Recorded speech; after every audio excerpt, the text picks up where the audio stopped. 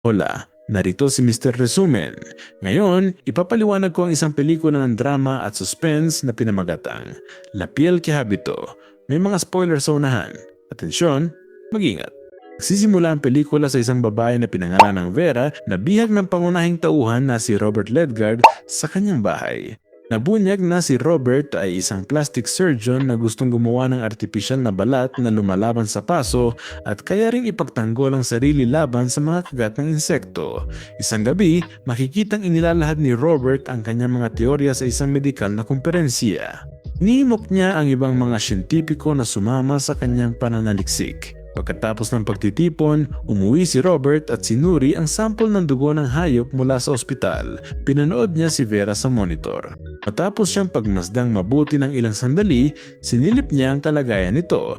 Pagpasok sa silid, nabigla siya nang makitang sinubukan nitong kitilin ang sariling buhay at dinala ito. Pagkagising ni Vera, tinanong niya kung gaano ito katatagal, ngunit hindi sumagot ang doktor. Ipinapahiwatig nito na matagal na siyang bihag ni Robert sa loob ng maraming taon para pag-eksperimentuhan. Nakatira si Robert sa isang hiwalay na villa kasama ang kanyang kasambahay na si Marilia at ilang mga utusan. Alam ni Marilia ang tungkol sa mga pananaliksik ni Robert at sa pagkakabihag ni Vera. Sa katunayan, matagal nang inaalagaan ni Marilia ang mansyon. Habang nag-aalmusal, iniabot ni Marilia kay Robert ang isang galon ng dugo habang ipinapaalam na kinuha ito mula sa isang buhay na hayop. Dinala ni Robert ang dugo sa kanyang laboratorio para suriin ito. Marami siyang inaalagaang insekto sa mga sample ng dugo. Kinuha niya ang artificial na balat at maingat itong ikinabit sa isang modelo. Katapos nito, inililipat niya ang balat ng modelo at sa huli ay lumapit kay Vera upang ilipat iyon sa kanya. Matapos ang maraming pagsubok gamit ang paso at mga lamok, dumating siya sa konklusyon na ang balat ay lumalaban sa mga lamok at sa apoy. Sa susunod na eksena, dumalo si Robert sa isang kumperensya kung saan sinabi niyang nagawa niyang magpatubo ng isang artificial na balat na lumalaban sa paso at sa mga insekto na tinawag na GAL. Sinabi rin niya na makatutulong ang kanyang imbensyon sa ganap na pagpuksa sa malaria. Dagdag pa niya, gumana ang eksperimento sa isang laboratory mouse at nangako siya sa lahat na gagana rin ito sa mga tao. Pagkatapos ng kanyang presentasyon, tinanong ng punong siyentipiko si Robert tungkol sa pangalang GAL at sa kanyang metodolohiya sa paggawa ng balat, kung saan sumagot si Robert na iyon ang pangalan ng kanyang yumawang asawa na malubhang nasunog. Sinabi rin ni Robert sa siyentipiko na pinagsama niya ang genes ng baboy at tao para patigasin ang balat laban sa lamok kahit ilegal. Pagkarinig sa sinabi ni Robert, iniutos ng hepe na itigil niya ang pananaliksik at binalaan siyang isusumbong sa lupon.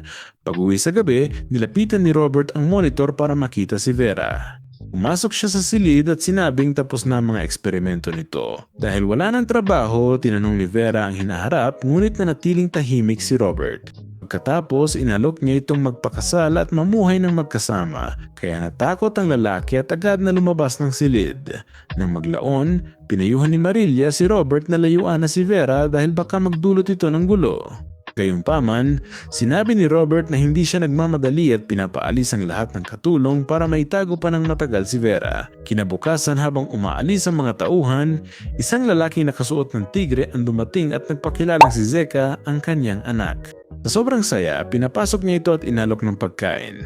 Gayunpaman habang kumakain si Zeka, lumabas sa telebisyon ang balita tungkol sa isang pagnanakaw sa bangko.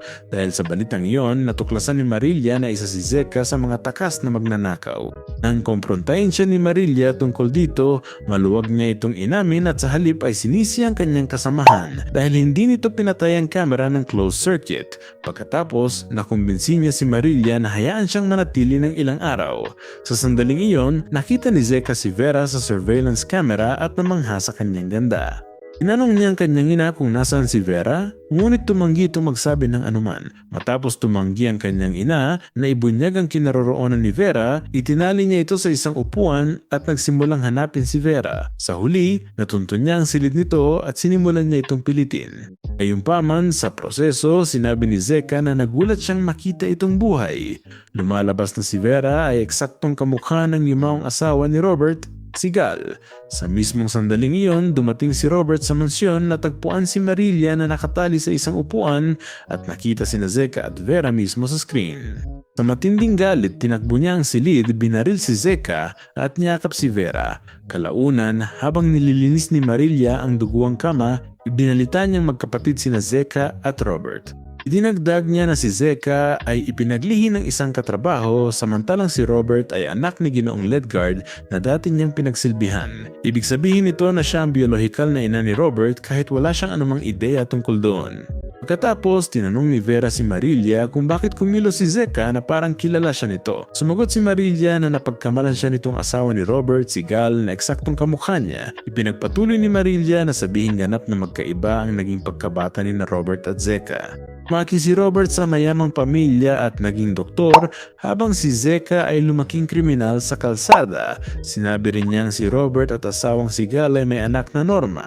Gayunpaman, nagbago ang lahat isang araw nang dumating si Zeka sa kanilang bahay at pinayagan siya ni Marilia na manatili sa annex. Nang makilala ni Zeka si Gal, agad silang nahulog sa isa't isa. Tumakas sila mula sa bahay sakay ng kotse, ngunit na-aksidente sila sa gitna ng biyahe. Tumakas si Zeka mula sa nagliliyab na sasakyan na iniwan si Gal sa loob. Nang makita ni Robert, halos patay siya at deformed ang mukha. Inalagaan niya siya araw-gabi. Inalis ang salamin para hindi siya makatingin sa sarili. Kalaunan, gumaling siya pero hindi na ibalik ang mukha niya. Isang araw, sumilip si Gal sa kanyang anak na naglalaro sa harapang bakuran mula sa bintana. Gayunpaman, aksidente niyang nakita ang kanyang mukha sa salamin ng bintana at tuluyang nawasak ang kanyang pag-asang mabuhay. Hindi nagtagal, tumalon siya mula sa bintana at tinapos ang sarili niyang buhay. Bumagsak ang kanyang katawan sa harap ni Norma na nagdulot dito ng habambuhay na trauma. Sinabi ni Marilia na si Norma ay nagpakamatay rin sa pamamagitan ng pagtalon mula sa isang bintana. Maya-maya ng gabing iyon, nagtsaka-tsaka sina Vera at Robert. Gayunpaman, sinabi ni Vera na labis siyang sinaktan ng lalaki kanina, kaya huminto ang doktor. Nagkayakap ang dalawa at agad na nakatulog. Sa panaginip ni Robert, nakita niya ang pagkamatay ng anak. Bumalik ang eksena 6 na taon ang nakalipas nang maghilom si Norma. Isang gabi, dumalo sina Robert at Norma sa isang napakaraming taong party at hindi nagtagal matapos misteryosong mawala si Norma, hinanap siya ni Robert. Habang hinahanap siya, isang lalaking mabilis na dumaan sa harap niya. Maya, natagpuan niya si Norma na nakahandusay at walang malay malapit sa puno ng isang puno. Gisingin ni Robert si Norma, napasigaw ito na parang pinagsamantalahan siya. Biglang nagising si Robert, basang-basa sa pawis. Kasabay nito, napanaginipan ni Norma si Vicente, isang binatang nagtatrabaho sa butik ng kanyang ina. Si Vicente ay in love kay Cristina na katrabaho rin niya sa tindahan na lumabas na isang lesbiana. Dumalo rin siya sa party na nakita ni Robert at naging close naman sina Norma at Vicente. Pagpasok sa hardin, nagsimula na silang magtalik.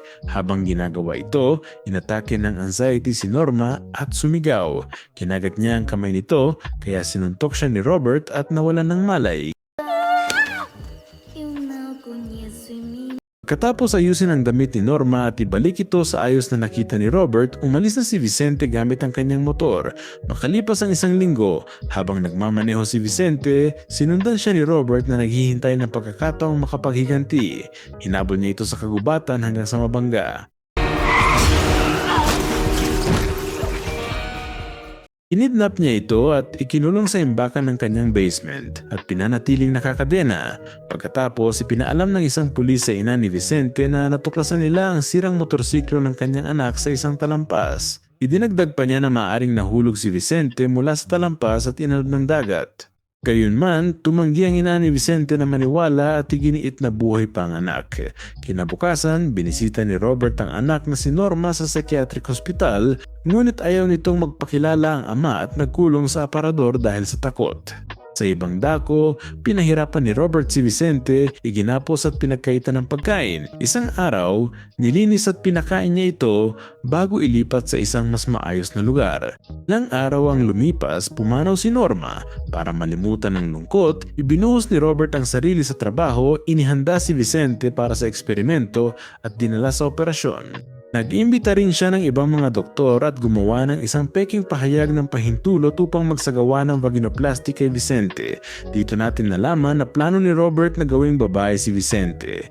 Matagumpay siyang inoperahan ng mga doktor at ginawang babae. Pagkatapos ng operasyon, nagising si Vicente at natuklasang hindi na siya lalaki at agad siyang natakot. Maya-maya, habang sinusuri ni Vicente ang sarili sa salamin, dumating si Robert at binigyan siya ng mga medikal na dilator para sa kanyang bagong opera na puki. Bukod dito, regular siyang sinusuri ni Robert at tinulungan siyang ganap na makarecover. Sa proseso, ibinunyag ni Robert na kinidnap niya si Vicente dahil sa makasalanang ginawa nito sa kanyang anak. Dahil wala nang ibang pagpipilian, ginawa ni Vicente ang lahat ng inuutos ni Robert sa pag-asang balang araw ay palalayain siya nito. Lumipas ang mga taon at si Vicente ay naging si Vera na.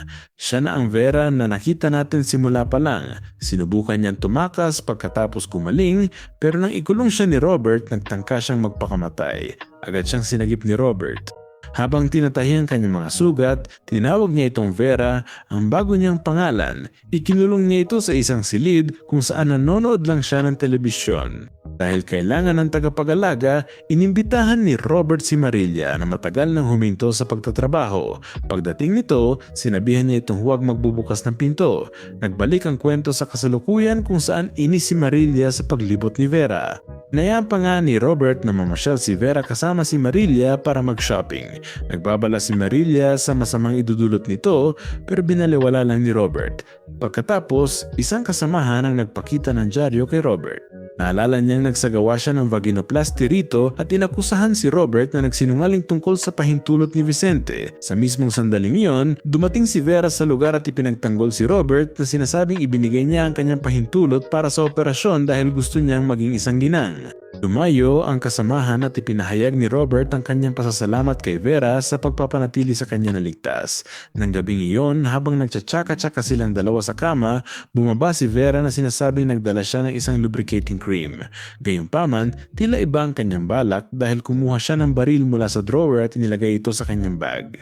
Bago umakyat, hinaplos niya ang larawan ng kanyang nakaraan noong siya pa si Vicente. Pagdating sa silid, itinok ni Vera ang baril kay Robert na natuliro sa kanyang hindi inaasahang aksyon. Pagkatapos, inamin niya rito na nagsinungaling siya nang sabihin niyang nahulog ang loob niya rito at binaril niya ito hanggang mamatay. Sa ibabang palapag, narinig ni Marilia ang putok at pumunta sa silid niya, ngunit pareho rin ang naging kapalaran niya kay Robert. Kinabukasan, pumunta si Vera sa butik ng kanyang ina kung saan siya sinalubong ni Cristina. Matapos maglibot sa tindahan, ibinunyag ni Vera ang kanyang kwento kay Cristina na napayak matapos itong marinig. Pagkatapos, pinatunayan ni Vera kay Cristina na siya si Vicente sa pamamagitan ng pagpapakita ng kanyang damit 6 na taon na ang nakalilipas. Nagwakas ang pelikula ng aminin ni Vera sa kanyang ina na siya ang anak nitong si Vicente. Ganyan nagtapos ang isang napakagandang pelikula. Mag-subscribe para sa higit pang video, i-click ang notification bell at mag-like para suportahan ang channel.